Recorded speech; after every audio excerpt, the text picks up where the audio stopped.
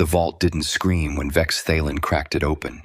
It sighed, a long mechanical exhalation that sent frost crystals spiraling through the derelict station's dead air. He'd expected credits, maybe weapons, perhaps even a functioning stasis pod with something valuable inside. What he found instead was a sphere. It sat on a pedestal of metal that seemed to drink the light from his scanning beam, a perfect orb no larger than his fist, covered in symbols that crawled across its surface like living things. Vex had been smuggling contraband through the Forgotten Reach for 30 cycles, and he'd never seen glyphs like these. "Captain, we need to move." Krill's voice crackled through his helmet comm, sharp with urgency. His second officer never used that tone unless someone was dying or about to be. "Dominion cruiser just dropped out of warp. They're scanning the sector." Vex pocketed the sphere without another thought. The Dominion fleet didn't patrol dead stations in the Reach unless they were hunting something specific. He kicked off the deck plating, mag boots releasing, and sailed through the corridor toward his ship with practiced ease. The Serpent's coil wasn't much to look at, a retrofitted hauler with more patch jobs than original hull, but she was fast when she needed to be. Vex sealed the airlock behind him just as proximity alarms howled through the bridge. "That's not a cruiser," Krill said, her 4 eyes widening across her kittenous face. "That's the Eternal Judgment, Zarmalith's flagship." Vex felt his stomach drop. High Inquisitor Zarmalith, the Dominion's most zealous enforcer, the one who burned entire stations in search of heretical technology. Whatever that sphere was, Zarmalith wanted it badly enough to bring his personal dreadnought. "Get us out of here! Maximum burn!" The coil's engines roared to life, but they weren't alone in running. 3 other ships scattered from the station like startled prey, and the Eternal Judgment opened fire on all of them simultaneously. Vex watched on the tactical display as 2 vessels simply ceased to exist, vaporized by particle beams that could crack moons. The third ship, a slaver's barge called the Rust Chain, took a glancing hit and started venting atmosphere. It was going to die slow. "Captain," Krill said carefully, "they're hailing us." "Ignore it. Plot a jump to—" "They're offering terms. They'll let us go if we salvage the Rust Chain's cargo and hand over any artifacts of the Precursor Age we might have found." Vex's hand went to the sphere in his pocket. The damn thing was warm now, pulsing against his palm like a heartbeat. "Salvage the cargo," he said, "but we keep anything we find." Krill's mandibles clicked in what might have been disapproval, but she complied. The coil maneuvered alongside the dying barge, and Vex suited up with Drin, his weapons specialist. A hulking Vorash who could punch through bulkheads but had the temperament of a frightened child. The Rust Chain's interior was a horror show. Cages lined every corridor, most empty now, their occupants either dead from decompression or scattered into the void. Slavers were scum, and Vex had no tears for them, but the waste bothered him. Merchandise was merchandise. They found her in the aft hold, still alive somehow, locked in a cage that had maintained pressure. She was small by most species standards, bipedal, with strange smooth skin the color of sun-darkened clay, and a mane of dark filaments growing from her head. Her eyes tracked their movement with unsettling intelligence. "Still breathing," Drin rumbled. "Might fetch a price." Vex studied her. She wore the standard neural collar of a broken slave, the kind that shocked higher reasoning into submission, but something in her gaze suggested the collar wasn't working quite right. "Bag her. Let's move." They hauled 3 more survivors back to the coil. 2 Chitic drones and a semi-conscious Hralvian, but Zarmalith wasn't interested in standard slaves. His ship scanned the coil top to bottom, invasive beams that made Vex's skin crawl, before finally releasing them with a warning that any deception would result in purification through holy fire. Once they were 3 jumps away and reasonably certain they weren't being followed, Vex gathered his crew in the common area. The sphere sat on the table between them, still pulsing with that steady rhythm. "Right," Vex said. "Someone tell me what this is."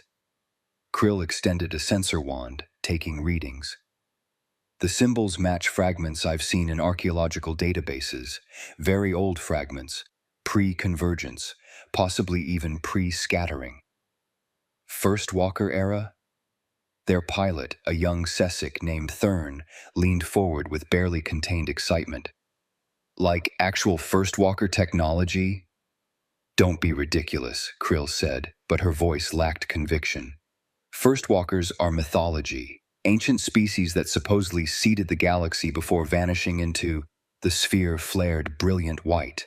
Everyone jumped back except the female slave, who remained seated exactly where Drin had placed her, watching the sphere with those unnervingly calm eyes. Symbols projected into the air above the sphere, rotating slowly. They were beautiful and incomprehensible, geometric patterns that hurt to look at too long. Well, Vex said after a moment, that's new. Captain, Krill's voice had gone very quiet. I think we should scan the slaves. Standard identification protocols. Why? Because that sphere just activated, and the only thing that changed in this room was bringing them aboard. It made sense in a paranoid sort of way. Vex gestured to Drin. Line them up, full bioscan. The Chittic drones showed nothing unusual, standard labor caste genetics. The Hralvian registered as a low-level criminal with outstanding warrants. They saved the female for last. The ID scanner was ancient tech, reliable and dumb, the kind of machine that just read genetic markers and spat out registration numbers. Vex had used it 10,000 times without incident. He pressed the scanner against her neck, right above the collar. The machine screamed.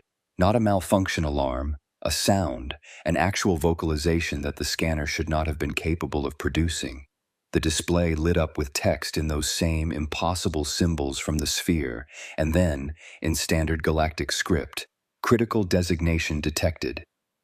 What in the 17 hells? Vex started to say. The scanner's synthetic voice activated, speaking in a language that predated every species in the room, a language that existed only in the oldest, most fragmented databases, a language that scholars argued had never truly existed, and then it switched to galactic standard and spoke a name. Maya Torres, origin designation, Earth, species classification, human, status, Earthborn. The temperature in the room seemed to drop. Drin actually stumbled backward, his massive frame trembling. Thurn made a sound like a dying engine. Krill's translator implant stuttered, unable to process what it had just heard. Earth, Earthborn, human. The words from bedtime stories, the legends whispered in temples, the myths that predated the Dominion, the convergence, even the scattering. The First Walkers themselves, the beings who had supposedly shaped the galaxy and then vanished so completely that most scholars believed they'd never existed at all.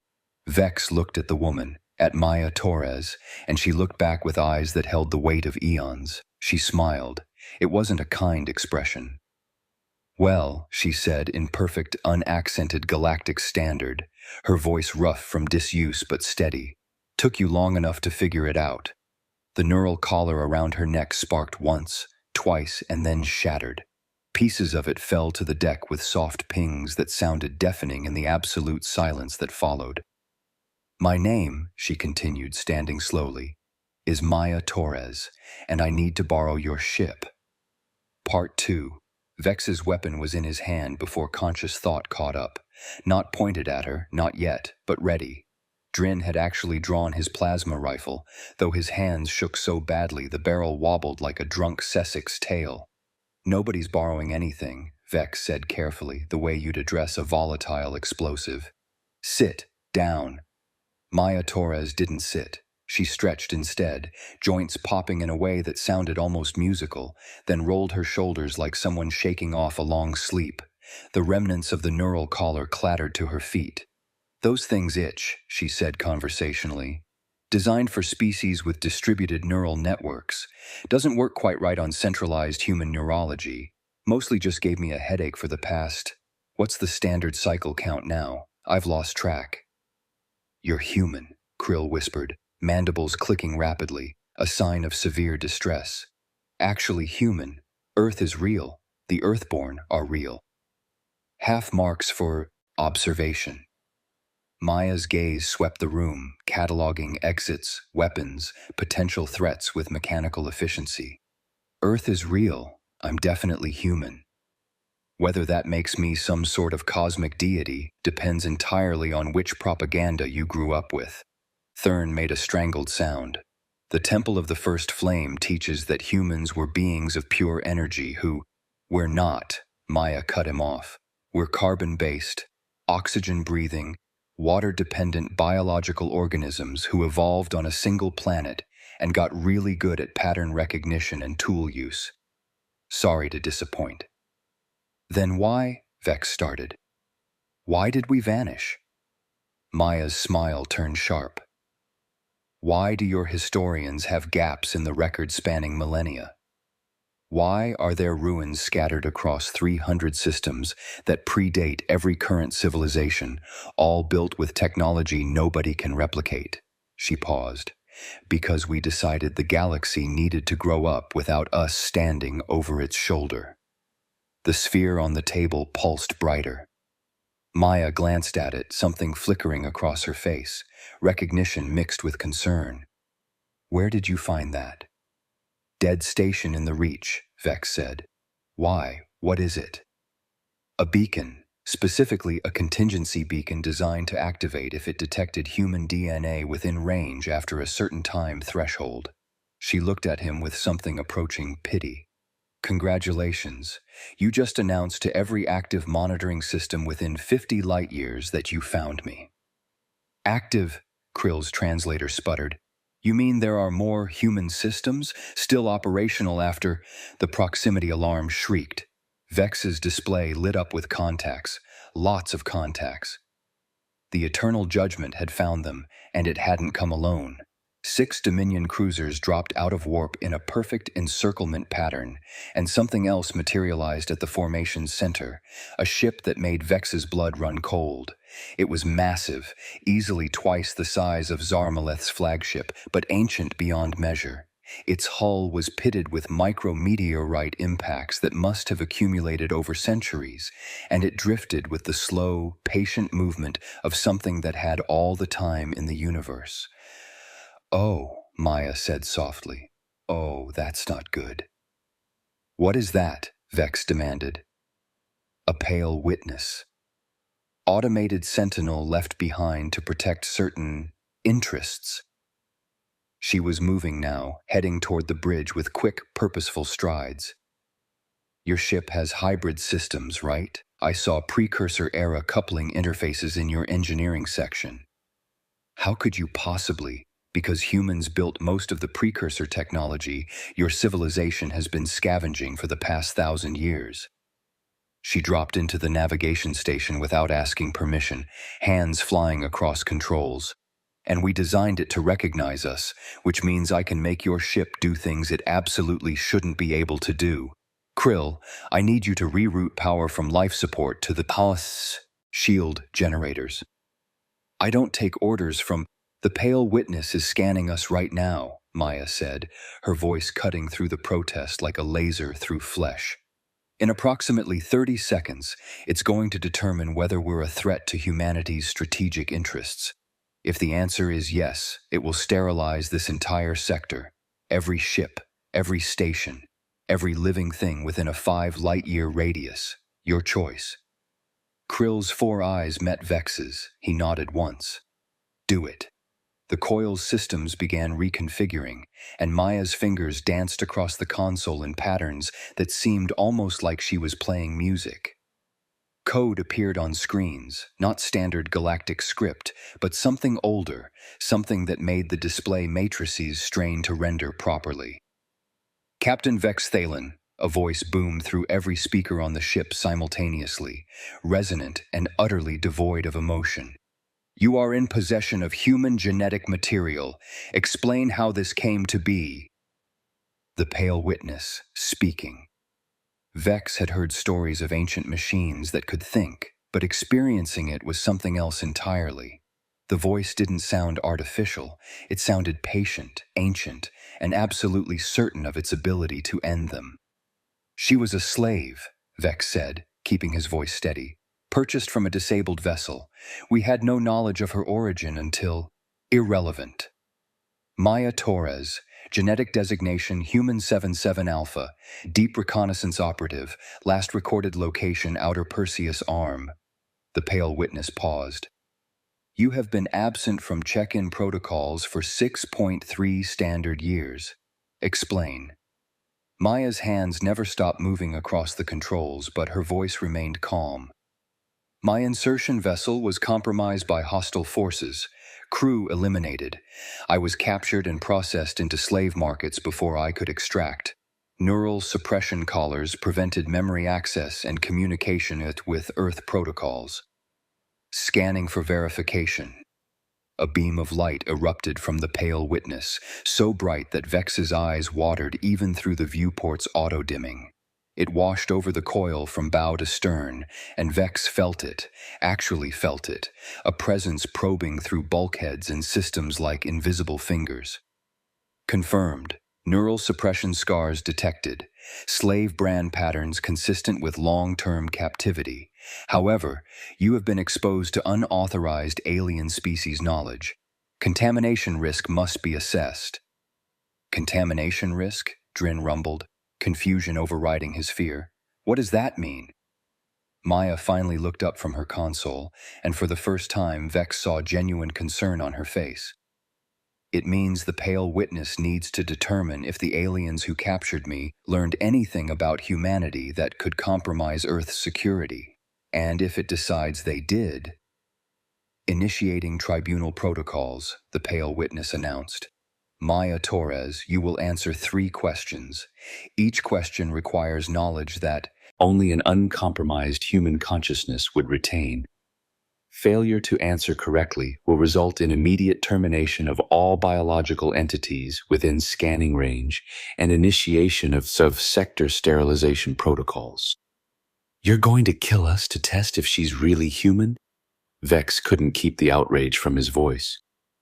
Correct. Zarmaleth's voice cut through the channel, dripping with zealous fervor. Ancient Guardian, the Dominion recognizes your holy authority. We have brought you. Your existence is noted and irrelevant. Maintain position or be eliminated. Tribunal commencing. The High Inquisitor's channel went silent. First question, the pale witness said. Humanity possessed knowledge of 2 fundamental forces that govern consciousness and morality across all sapient life. These forces were understood not through technology but through philosophy, art, and sacrifice. Name them and explain why they matter. The question hung in the air like a blade. Vex had no idea what it meant, and from the confused sounds around him, neither did anyone else. Maya closed her eyes. When she opened them again, something had changed, like a door opening to a deeper room. Love and death, she said quietly, the forces that define meaning.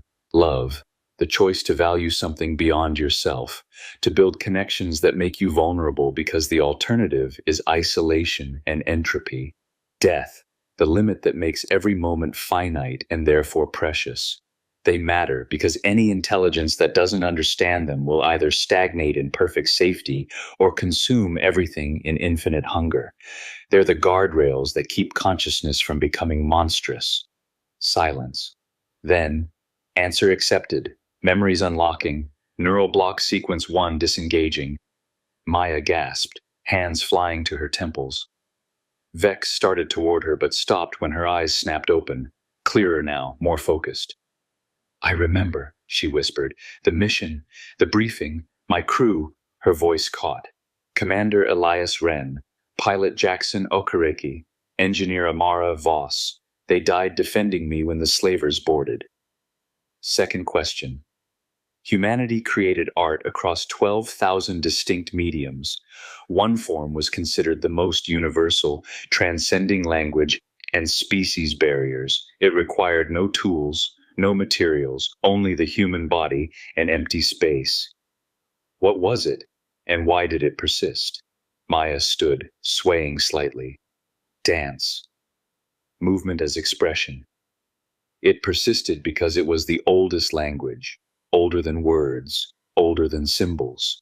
Every human culture developed it independently because our bodies were our first instruments. We danced to celebrate, to mourn, to bond, to pray. We danced because moving through space to rhythm let us externalize the patterns we felt inside. It was communication that required presence, that couldn't be copied or transmitted, only shared in the moment. Answer accepted. Neural block sequence 2 disengaging. More memories flooding.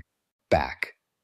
Vex watched Maya's face cycle through emotions, grief, determination, anger, and something that might have been hope. Third question. When humanity chose to withdraw from galactic affairs, we faced a choice. We could have ruled through force, disappeared through stealth, or manipulated from shadows. We chose none of these. What did we choose, and what did it cost us? Maya's voice was steady now, clear, full of conviction that resonated in the small space. We chose to wait, to watch, to let the galaxy make its own mistakes and find its own path without our interference. It cost us connection. It cost us legacy. Every species that arose after our withdrawal reinvented wheels we'd already designed, fought wars we'd already fought, learned lessons we could have taught them in moments. We watched civilizations rise and fall, knowing we could have helped, knowing we couldn't without robbing them of their own growth. We became myth so they could become real. The pale witness was silent for a long moment. Answer accepted. Neural block sequence 3 disengaging. Identity confirmed. Maya Torres, reconnaissance operative. Earth United Deep Space Initiative. Status: active. Welcome back, soldier. Maya's legs gave out. Drin caught her before she hit the deck, his massive hands surprisingly gentle. Full memory restoration complete, the pale witness continued. Maya Torres has been cleared of contamination concerns. However, Dominion forces present constitute a potential security breach. Guardian, Zarmalith's voice was frantic now. We seek only knowledge. The Dominion has searched for humanity for generations. We worship the First Walkers. We built temples to... Your worship is based on incomplete data and wishful thinking. You have demonstrated aggressive intent and technology capture operations. Designation: potential threat. The Dominion ships began powering weapons. Pale witness, Maya called out, her voice still weak but commanding. Authorization Torres 77 Alpha. Requesting non-lethal intervention and equipment access. Acknowledged. Transmitting access codes to local vessel. Non-lethal protocols engaged. The coil's systems erupted with light. Panels that Vex hadn't known existed opened across the bridge, revealing interfaces that were definitely not part of the original design. Maya pulled herself upright and practically lunged at the main console. Krill, when I say now, cut main power for exactly 2 seconds. Thurn, angle us 15 degrees port. Drin, be ready to grab me if I pass out because this is going to hurt. What are you? Vex started. Maya's hands flew across the human interfaces, and the coil responded like it had been waiting its entire existence for this moment. Systems that had been dormant flickered to life.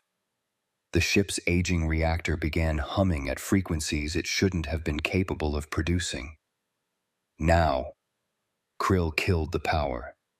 In that 2-second gap, Maya did something that Vex's eyes couldn't quite follow. When the lights came back, the coil had reconfigured its entire energy grid, and 3 of the Dominion cruisers had simply stopped. Dead in space, life support functional, but every other system completely offline. How? Zarmalith's voice was strangled. Remote access protocols built into every piece of precursor technology in your ships, Maya said, breathing hard. We designed them with back doors in case we ever needed to shut them down. You've been flying vessels we could disable with a command code this entire time. She looked at Vex.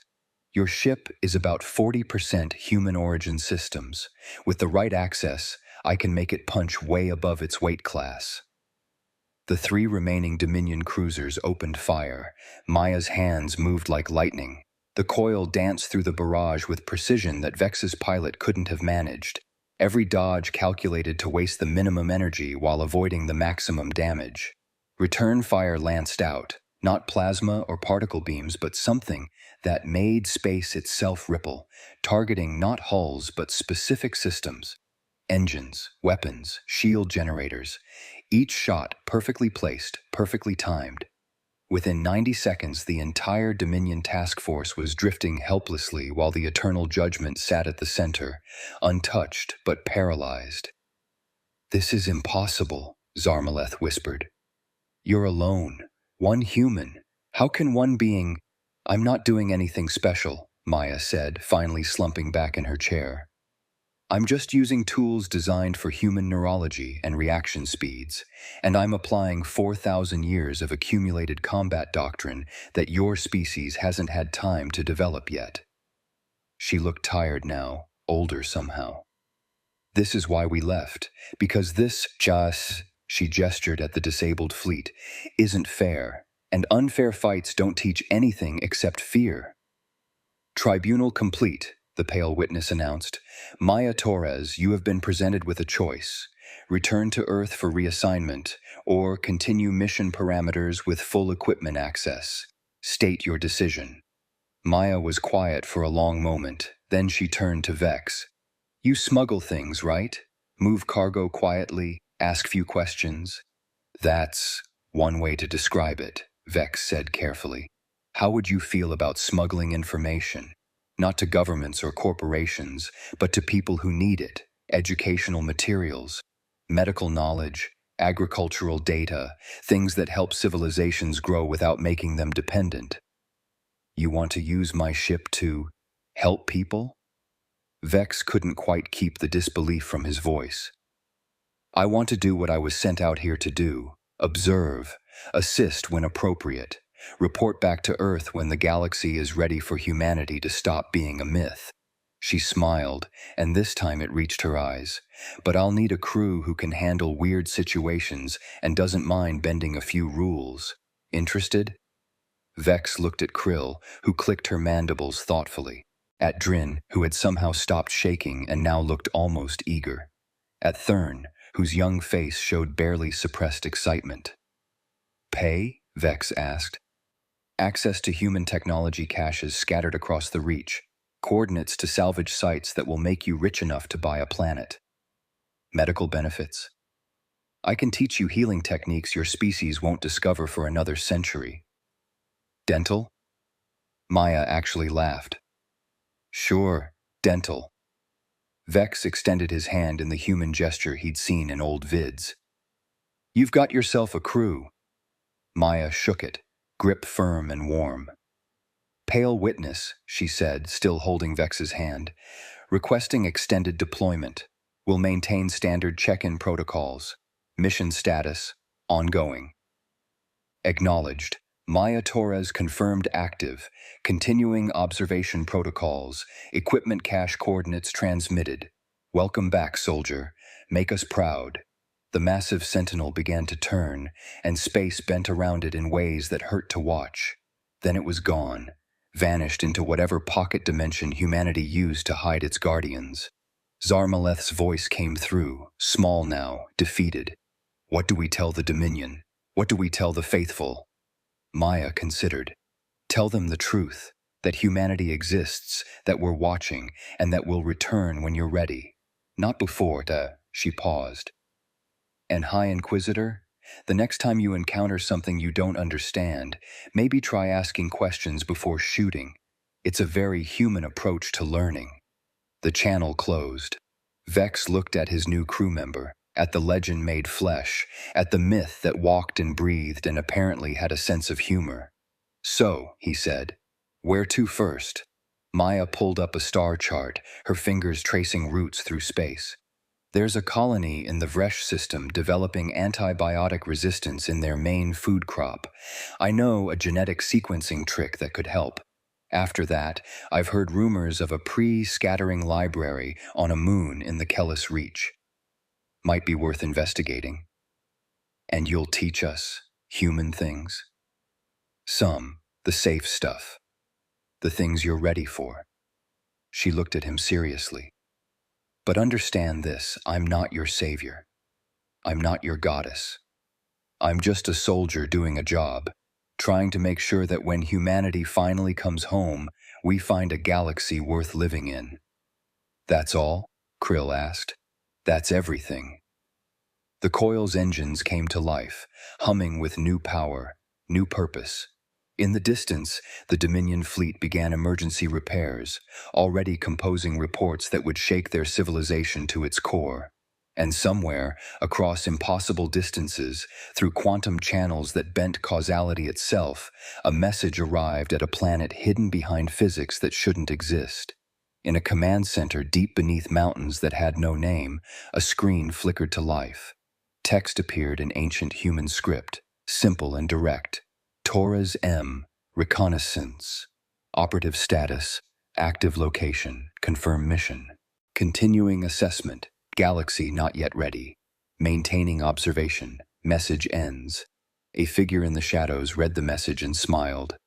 Acknowledged, they whispered to screens that showed a galaxy full of species still learning, still growing, still reaching for stars that humanity had touched millennia ago. Maya Torres confirmed alive, continuing observation protocols. Welcome back, soldier. On the view screen behind them, a world turned, green and blue and impossible and patient, waiting for the day when myth could finally become history again. The serpent's coil jumped to warp, carrying a legend toward tomorrow, and the galaxy, unknowing, continued its slow journey toward being ready for the truth.